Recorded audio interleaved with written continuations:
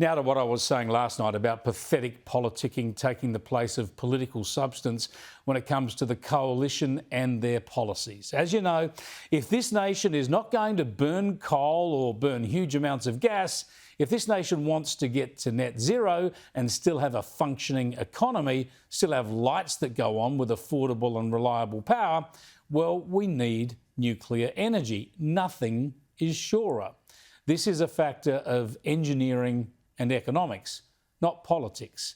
In fact, the only reason it hasn't happened over the years is politics. It's been in the too hard basket. But now that the coalition has finally seen the light and started to put the argument and then lost the election badly for a vast array of reasons, well, because of that, there are plenty of weak, left-leaning Liberals who want to run from nuclear. Listen to this on the ABC, of course. The election result was devastating. We have lost very good members of parliament. We have lost our party leader. We have lost shadow cabinet ministers. So the message from the community is very, very clear. And that's why I believe that this nuclear policy has to go. Yeah, at the first sound of grape shot, they run for the hills. Forget the Trump effect. Forget the lack of economic policies. Forget the Labor giveaways. Forget the horrible campaign. Blame it all on nuclear, the one courageous, necessary, modern and transformative policy that anybody heard about during the election campaign. True to form for her type of Liberal, Maria Kovacic wouldn't come onto this program to discuss the issue. She prefers the ABC. But have a listen to this for logic. Previous Liberal government, we committed to net zero by 2050. We need to achieve that, and we need to find ways to do that expeditiously. And I think the primary concern people had was they could see that this wasn't going to deliver any kind of outcome for at least 15 or 20 years. Excuse me, 15 or 20 years from now will be well before 2050. It'll be 2040 or 2045. Just such inane stuff. That's the whole point. You will never get to net zero. You will never get near it without nuclear. That's what the International Energy Agency and a raft of engineers and scientists tell us.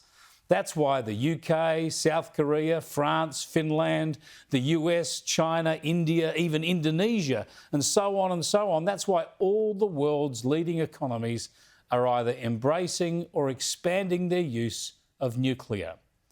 Thankfully, as I pointed out last night, some Liberals have both a brain and a spine, including Tim Wilson, who has now defeated the Teal leftist Zoe Daniel to reclaim Goldstein in Melbourne.